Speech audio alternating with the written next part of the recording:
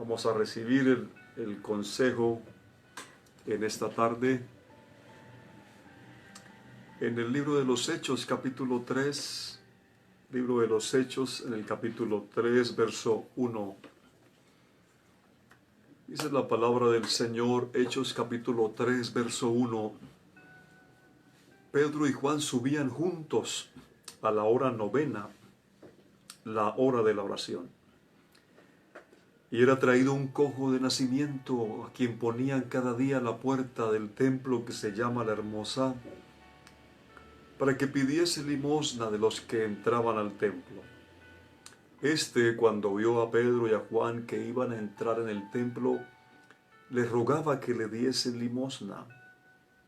Pedro, con Juan fijando en él los ojos, le dijo: míranos. Entonces él les estuvo atento, esperando recibir de ellos algo. Mas Pedro dijo: no tengo plata ni oro, pero lo que tengo te doy. En el nombre de Jesucristo de Nazaret, levántate y anda. Y tomándole por la mano derecha lo levantó, y al momento se le afirmaron los pies y tobillos. Y saltando se puso en pie y anduvo, y entró con ellos en el templo, andando y saltando y alabando a Dios. Y todo el pueblo le vio andar y alabar a Dios. Y le reconocían que era el que se sentaba a pedir limosna a la puerta del templo. Y se llenaron de asombro y de espanto por lo que había sucedido. Gloria a Dios. Gloria a Dios por su palabra. Cuando tú comienzas a leer el libro de Hechos, en la presentación que Lucas hace al iniciar este libro, nos dice que es la historia de las cosas que Jesús comenzó a hacer. No dice de las cosas que Jesús hizo, sino de las cosas que Jesús comenzó a hacer. Es decir, que el libro de los Hechos es la continuación de las cosas que Jesús iba a seguir haciendo aquí en la tierra, ya no a través de su cuerpo de carne, sino a través de su cuerpo, que es la iglesia, del cuerpo de la iglesia.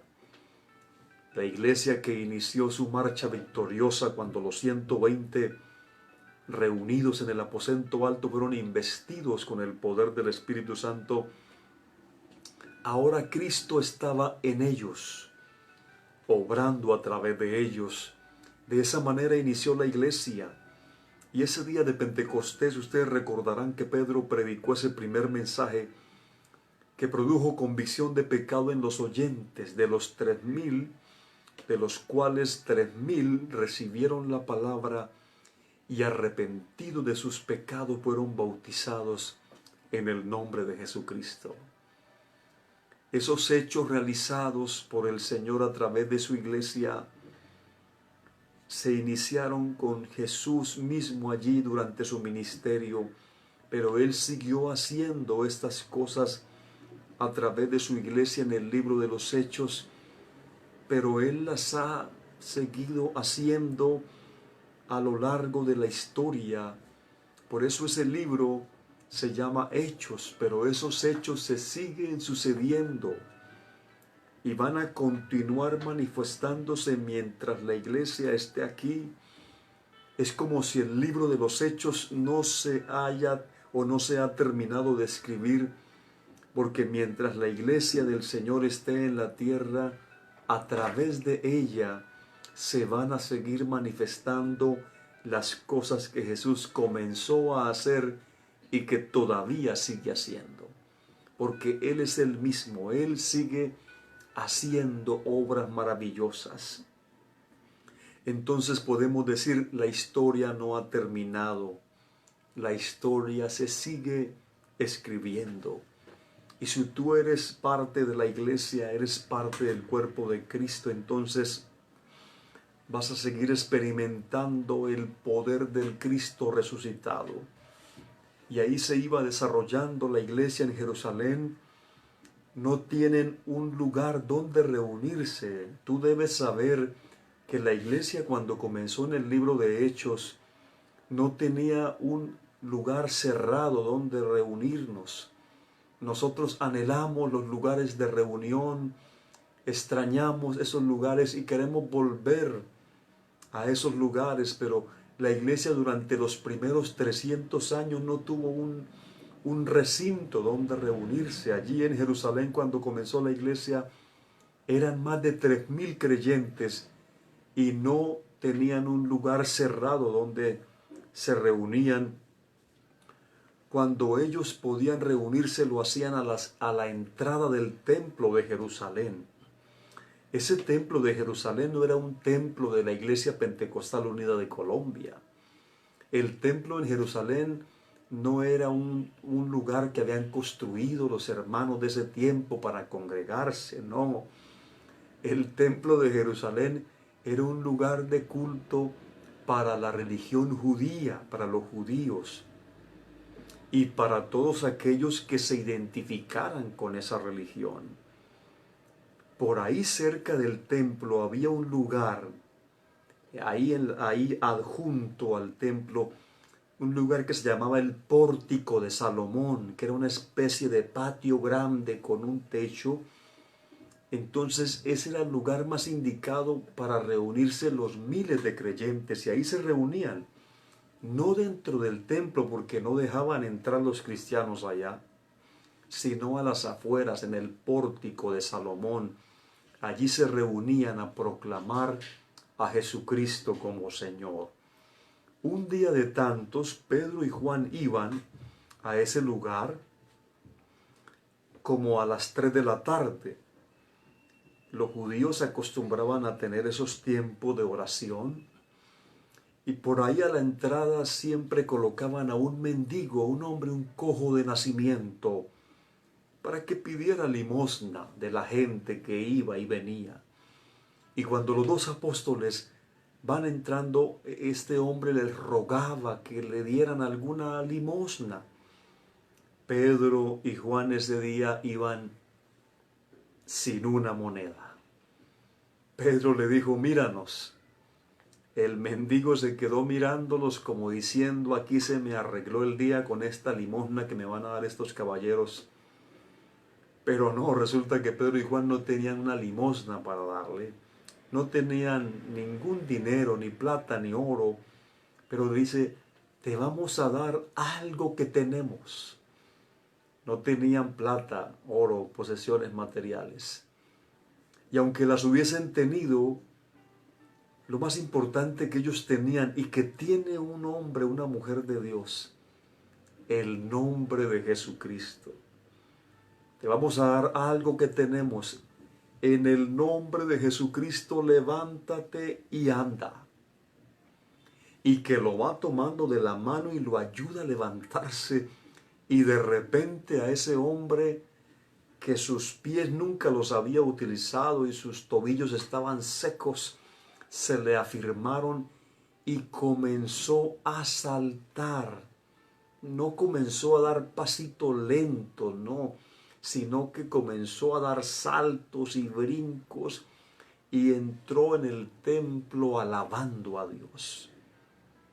Pedro y Juan le dieron lo que tenían. Uno da de lo que tiene. Uno no puede dar de lo que no tiene.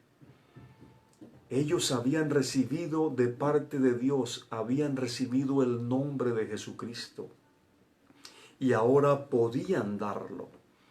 El mundo necesita el nombre de Jesucristo, porque no hay otro nombre bajo el cielo dado. Ese nombre fue dado por Dios. Dios no ha dado otro nombre. Es el único nombre dado por Dios. Porque en ese nombre está toda la divinidad, toda la plenitud de Dios está en Jesús. Toda la salvación, toda la vida eterna, todo el paquete completo está en Jesucristo y en su nombre. Ellos le entregaron ese nombre, ¿sí? Lo que tenemos te damos. Le dieron el nombre. ¿Y qué sucedió? Pues lo que debía suceder. Dios se glorificó. Pedro y Juan están actuando en y bajo la autoridad del nombre de Jesucristo. Ya el Señor lo había dicho: el que cree en mí, las obras que yo hago, Él las hará también, y aún mayores. Ellos no actuaban en su propio nombre, ni en su propia autoridad, sino en el nombre y la autoridad de Jesucristo. Gloria a Dios. El Señor, cuando resucitó, les había dicho: toda potestad me es dada en el cielo y en la tierra, por tanto vayan. Es decir, que cuando actuamos y hablamos en el nombre de Jesucristo, escuche bien esto, es como si el mismo Señor hablara y actuara a través de nosotros. Es como si Él mismo estuviese dando la orden y ejecutando las cosas. Note que Pedro y Juan no exhibieron al hombre que ha sido sanado como un trofeo de su ministerio. Pedro y Juan no convocaron las cámaras ni organizaron una cruzada de testimonio de sanidad. No. Ellos siguieron normal, porque no era de asombrarse, pues era lo que debía esperarse ante la invocación del nombre del Señor. Los milagros no debieran ser la excepción, sino la regla, la normalidad, ya que el mismo Dios se mueve en y a través de sus hijos. Pedro y Juan siguen su camino normal, pero claro, los gritos de júbilo del hombre, los saltos de alegría que daba no pasaron desapercibidos. Y entonces la gente corrió a aquel lugar, allí al pórtico de Salomón, y comprobaron que era el mendigo que se sentaba a pedir limosna. Quién sabe cuántos años tenía de vida, toda la vida estaba ahí, 20, 30, 40 o más años, y ahora la gente está asombrada de ver que ese hombre está sano. Y cuando Pedro ve que el gentío comienza a golparse, entonces él ve la oportunidad de predicar el mensaje del Evangelio. Y lo primero que quiere dejar en claro Pedro es algo que en lo que todos somos dados a caer cuando suceden cosas así, y es poner la mirada en el instrumento y no en el Dios que usa el instrumento. Somos dados a admirar la vasija más que el contenido glorioso que la llena. Es más, el mismo hombre que había sido sanado está aferrado a Pedro y a Juan, los tiene aferrados, no los quiere soltar. ¿Qué pensaría el hombre? Si lo suelto, de pronto vuelvo a quedar paralítico. Tal vez él mismo le atribuía algún poder a Pedro o a Juan de ellos mismos. Y claro, eso causaba la admiración de la gente. Y por eso Pedro inicia su sermón diciendo: ¿por qué os maravilláis de esto? ¿O por qué ponéis los ojos en nosotros? La gente estaba poniendo los ojos en ellos. ¿Por qué ponéis los ojos en nosotros, como si por nuestro poder o piedad hubiésemos hecho andar a éste? Escuche, este milagro no era ni para maravillarse, ni para poner los ojos en los apóstoles como si por su poder o piedad hubiesen realizado el milagro. Claro, el milagro realizado, como todo milagro, es algo maravilloso. Es un enfermo que acaba de ser sano, es un paralítico que está caminando. Pero con todo y eso no es de maravillarse que Dios sane a un enfermo, porque si es Dios, pues lo sana. Si Él es Dios, es totalmente normal que sucedan los milagros. Ellos actuaron y hablaron en la autoridad del nombre de Jesucristo y se operó el milagro. Y ahora Pedro aprovecha y les da el mensaje, porque esa sanidad es una confirmación de que efectivamente Jesucristo está vivo Y por esa obra maravillosamente, entonces, por eso Él obra de esa forma maravillosa. Pedro les recuerda a esos que están ahí en Jerusalén que cuando Poncio Pilato, allá años atrás, había resuelto dejar en libertad a Jesús porque consideró su inocencia, sin embargo ellos, muchos de los que están oyendo a Pedro ahí, le dijeron a Pilato: no sueltes a Jesús. Entonces Pilato los puso a escoger entre Jesús y Barrabás. Entre Jesús, el inocente, y Barrabás, el homicida. ¿Y qué pidieron ellos? Suelta a Barrabás. ¿Y qué haré con Jesús?, dijo Pilato. Y la gente gritó: crucifícale, crucifícale. Y Pedro les está recordando eso en su sermón. En tan solo 2 versos, Pedro llama a Jesús de 3 formas que lo presentan en su plenitud, en su divinidad. Pedro llama a Jesús el santo, el justo y el autor de la vida. Ese es Jesús, es santo, es justo y es el autor de la vida. El santo que murió en lugar de los pecadores, para que los pecadores al creer en Él llegásemos a ser santos y sin mancha e irreprensible delante de Él. Todos estábamos representados en ese Barrabás, en ese homicida, pero dejaron libre a Barrabás y condenaron a Jesús, el santo por los pecadores. Jesús es el justo que entregó su vida por los injustos, para que los injustos, al creer, sean justificados, para que puedan tener paz para con Dios por medio de Jesucristo. Pero también Jesús es el autor de la vida. Y aquí Pedro ya está haciendo una referencia a Jesús como Dios, porque Dios es vida. Y Él da vida y aliento a todas las cosas. Y ese Jesús, el autor de la vida, entregó su vida por nosotros. Sufrió la muerte. Claro, eso estaba dentro del plan predeterminado del Señor, y ahora le dice Pedro: y por la fe en su nombre,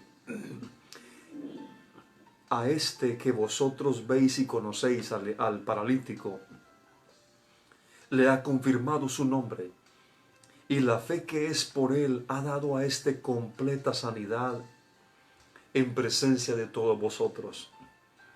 Otra versión dice: este hombre, como sabéis, era cojo, ha sido sanado por la fe en el nombre de Jesús. Ese nombre es el que lo ha vigorizado. Por la fe recibida de Jesús, su sanidad es total y perfecta, como todos vosotros podéis ver. Era algo irrefutable, era algo incontestable. Ese paralítico, desde su nacimiento, ahora estaba caminando. Y Pedro dice: es por la fe en el nombre de Jesucristo. Porque cuando se ejerce fe en el nombre de Jesucristo, suceden cosas maravillosas. En el nombre de Jesucristo hay todo poder. En el nombre de Jesucristo hay salvación. En el nombre de Jesucristo hay sanidad. En el nombre de Jesucristo hay vida, hay libertad, hay gozo, hay paz. Y Pedro les está predicando, es su segundo sermón en Hechos 3. Ya les había predicado el primero en Hechos 2. Pero Pedro no les cierra la puerta a sus oyentes. A pesar del mal proceder de esos judíos, oigan lo que Pedro les dice: mas ahora, hermanos, sé que por ignorancia lo habéis hecho, como también vuestros gobernantes. Todo lo que hicieron en contra de Jesús fue debido a la ignorancia que ellos tenían. No conocían al Señor. No conocían que ese Jesús de Nazaret que estuvo entre ellos era el mismísimo Dios manifestado en carne. Ignoraron eso, ignoraron esa verdad. Sus ojos estaban vendados. Pero les dice, mire, es por su ignorancia. Dios sabe que es así. Pero Dios es bueno y ha pasado por alto esa ignorancia. Dios pasa por alto la ignorancia del pueblo de Israel y de sus líderes al tratar a Jesús como un malhechor. Y ahora Dios les envía el mensaje primeramente a los judíos.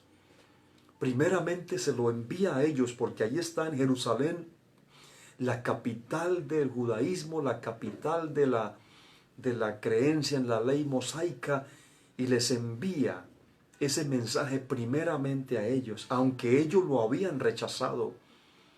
Dios les dice, mire, es por su ignorancia, pero Dios la ha pasado por alto. Y les envía el mensaje primeramente a los judíos. Uno de esos tantos judíos, llamado Saulo de Tarso, cuando llega a conocer al Señor y se convierte en el apóstol Pablo, se coloca como ejemplo de esa gracia con la que Dios trató primeramente a los judíos. Y escuche lo que dice este judío, Saulo de Tarso, después de que entendió que Dios le había pasado por alto su ignorancia. Dice la Escritura, doy gracias al que me fortaleció, a Cristo Jesús, nuestro Señor, porque me tuvo por fiel poniéndome en el ministerio, habiendo yo sido antes blasfemo, perseguidor e injuriador. Escuche lo que sigue. Mas fui recibido a misericordia, porque lo hice por ignorancia en incredulidad. La ignorancia aquí no es que él no supiera la Biblia, él se sabía el Antiguo Testamento de memoria. La ignorancia es no tener la revelación de que Jesucristo es el Señor, el Salvador, el único Dios verdadero. Porque lo hice por ignorancia, en incredulidad. Este hombre perseguía a los creyentes en Cristo, los obligaba a blasfemar, los metía a la cárcel. Lo hizo en ignorancia, dice, pero la gracia de nuestro Señor Jesucristo fue más abundante con la fe y el amor que es en Cristo Jesús. Palabra fiel y digna es esta de ser recibida por todos, que Cristo Jesús vino al mundo para salvar a los pecadores, de los cuales yo soy el primero. Después, ese mismo hombre, pero ya transformado, ese que fue blasfemo, perseguidor e injuriador debido a su ignorancia, se convirtió en predicador, en ministro y en maestro de la palabra del Dios vivo. Y en una ocasión fue a predicar a Grecia, y escuche lo que le dijo a los griegos. Pero Dios, habiendo pasado por alto los tiempos de esta ignorancia. Es que Pablo vio a los griegos adorando ídolos, atribuyéndole divinidad al oro, a la plata, a la madera y a la piedra, y diciendo, esto es Dios, esto es Dios, este Dios es el Dios que nos salva. Y ahora Pablo le dice, miren, no, Dios ha pasado por alto los tiempos de esa ignorancia, pero eso sí, ahora manda a todos los hombres en todo lugar que se arrepientan, por cuanto ha establecido un día en el cual juzgará al mundo con justicia por aquel varón a quien designó, dando fe a todos con haberle levantado de los muertos. Gloria a Dios que Él ha pasado por alto la ignorancia. No solo la ignorancia de los judíos que han podido creer, sino también la de los gentiles. Y eso nos incluye a todos nosotros. Su gracia es mayor que nuestra ignorancia. A todo Dios nos ha pasado por alto la ignorancia. Yo sé que muchos, por decir no todos, de los que ahora me están viendo y oyendo, Tuvimos un tiempo de ignorancia. No conocíamos a Dios, no conocíamos su palabra, tal vez teníamos la Biblia, pero no teníamos la revelación del Dios verdadero. Pero Dios pasó por alto esa ignorancia y en su gracia nos arrepentimos de esa ignorancia y hemos sido hechos cercanos por su gracia. Por eso el mensaje que predicó Pedro allí en Hechos 3 cobra tanta relevancia para nuestros días.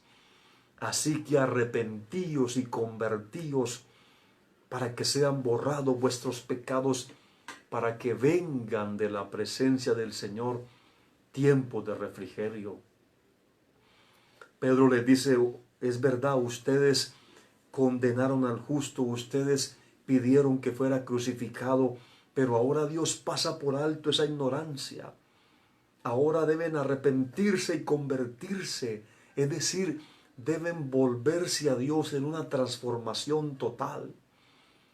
Y esa transformación va a traer como resultado tiempo de refrigerio a nuestra vida. Tiempo de refrigerio también se puede traducir tiempo de descanso, tiempo de alivio, tiempo de reposo, tiempo de paz, tiempo de tranquilidad. Ese es el estado en el que entra una persona que es recibido por el Señor en su gracia. Entra en tiempo de refrigerio. Esa es una palabra que también apunta al tiempo futuro. Pero en los que hemos recibido al Señor como Rey y Salvador, no tenemos que esperar el tiempo del reino milenial. No, sino que ahora, en este momento, los tiempos de refrigerio están dados para todo aquel que entra en la gracia de Dios, en el descanso de sus pecados. Ya no tienes que reposar un día a la semana, un tiempo específico, sino que al entrar en Cristo entras en un reposo total, porque Jesús dijo, todos los cargados y cansados vengan a mí, que yo los haré descansar. Les daré el reposo, el refrigerio.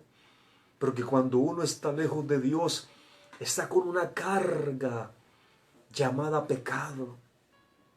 Y yo quiero decirte a ti, hermano y hermana, si tú estás en Cristo, ya estás en tiempo de refrigerio. Ya estás en tiempo de descanso y de paz, de absoluta tranquilidad. Desde que Jesucristo es tu Señor. Pero pastor, la pandemia, el virus, no existe nada en la creación que te pueda quitar el refrigerio de Dios en tu vida. Tú has entrado en tiempo de refrigerio. Si hubo un arrepentimiento genuino, una conversión, una transformación, estás en el refrigerio de Dios. Estás en los tiempos de paz. Estás disfrutando de la paz de Dios que sobrepasa todo entendimiento. Por eso es que la gente tiene que verte a ti y no te puede ver desesperado ni temeroso por el virus, por la pandemia, no. Pues hay que ser prudentes, pero temerosos no. Solo el temor de Dios. Pero la paz de Dios debe gobernar nuestros corazones. Pedro les invita a que crean que Jesús es el cumplimiento de todas las profecías, que Él es la promesa hecha a Abraham, en quien serían benditas todas las familias de la tierra. Qué bueno que Dios no le dijo a Abraham, en ti serán benditas todas las familias del pueblo de Israel. No. Le dijo, en ti serán benditas todas las familias de la tierra. Hay esperanza para toda la familia de la tierra. No importa que sea la familia más disfuncional. No importa si la familia vive en el estrato 8 o en el estrato 0, no importa. Si esa familia se atreve a creer en el Señor, Él pasa por alto la ignorancia. En Cristo son benditas todas las familias de la tierra. Muchos de nosotros venimos de una familia terrible, una familia por lo menos de la cual yo vengo, una familia donde había era maldición desde la mañana hasta la noche, pecado, obra de las tinieblas. Todo lo que se podía imaginar allí estaba en la familia Durán Díaz. Pero esa familia Durán Díaz, Dios la habría de escoger para que fuera bendita en Cristo. Y un día Cristo entró en esa familia y esa familia entró en Cristo y ahora esa familia está en tiempo de refrigerio. Y Dios tiene poder para obrar en cualquier familia de la tierra. Usted dice, pastor, pero esa familia es terrible. Esa familia terrible es bendita en Cristo Jesús. Esa familia en Cristo Jesús puede ser la familia más bendecida y más próspera, porque Cristo pasa por alto nuestra ignorancia. La ignorancia de no conocerle, la ignorancia de llamar Dios a lo que no es, la ignorancia de atribuirle divinidad a las cosas que no son Dios. Pero Dios pasa por alto esa ignorancia y permite que su poder transforme. La palabra arrepentimiento y conversión son dos hermanitas inseparables que hablan de la nueva vida en Cristo Jesús. El arrepentimiento y la conversión es la transformación plena de una persona, al punto que la gente tiene que decir, pero será el mismo, así como le sucedió al cojo.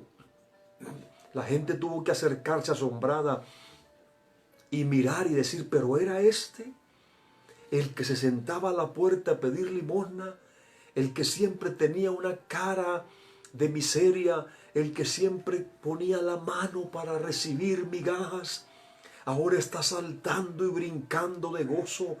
¿Es el mismo? Se acercaron y lo comprobaron. Sí, era ese hombre que estaba ya postrado. Ahora Dios lo ha levantado. Eso es lo que Dios ha hecho con nosotros, mis amados hermanos y amigos. Él nos levanta del estado de postración, del estado de miseria. La Biblia dice que el Señor es el que levanta del polvo al pobre y al menesteroso lo alza del muladar, del basurero donde se encuentra, y lo hace sentar con los príncipes de su pueblo. Ese hombre se le cambió la tristeza en gozo, el lamento en danza y en alegría, porque fue objeto de un milagro de sanidad. Y si un milagro de sanidad produce eso en el corazón de una persona, ¿cuánto más no va a producir el mayor milagro de todos? El perdón de los pecados, la salvación de nuestra alma. Cuando Cristo Jesús se revela a nuestra vida, cuando entendemos que en Él somos benditos. Amado mío, escúcheme, usted es bendito en Cristo. No le ande teniendo temor a ninguna maldición. No le tenga miedo a ninguna maldición. Esa teología de ahora que dice que maldiciones generacionales, no, Señor. Cuando tú entraste en Cristo y Cristo entró en ti, tú entraste en un estado de bendición. No hay maldición contra los hijos de Dios. Lo dice Pablo en Romanos 8:1. Ahora pues ninguna condenación hay en Cristo Jesús. Para aquellos que están en Él no hay condenación. Si estás en Cristo, estás bendito. Bendito hasta la médula. Bendito desde la cabeza hasta los pies. Todo tú estás bendecido por Dios, porque Cristo es el bendito, porque Cristo es el que nos ha bendecido con toda bendición espiritual. El bien y la misericordia me seguirán. Yo no ando buscando el bien y la misericordia. Ellos me andan buscando a mí, porque en mí está Cristo. Y Cristo atrae toda bendición. Cristo atrae todo lo bueno. Cristo atrae sobre mi vida todo lo maravilloso. Pastor, pero entonces, ¿por qué a veces te enfermas? ¿Por qué a veces pasas por tiempos de dolor?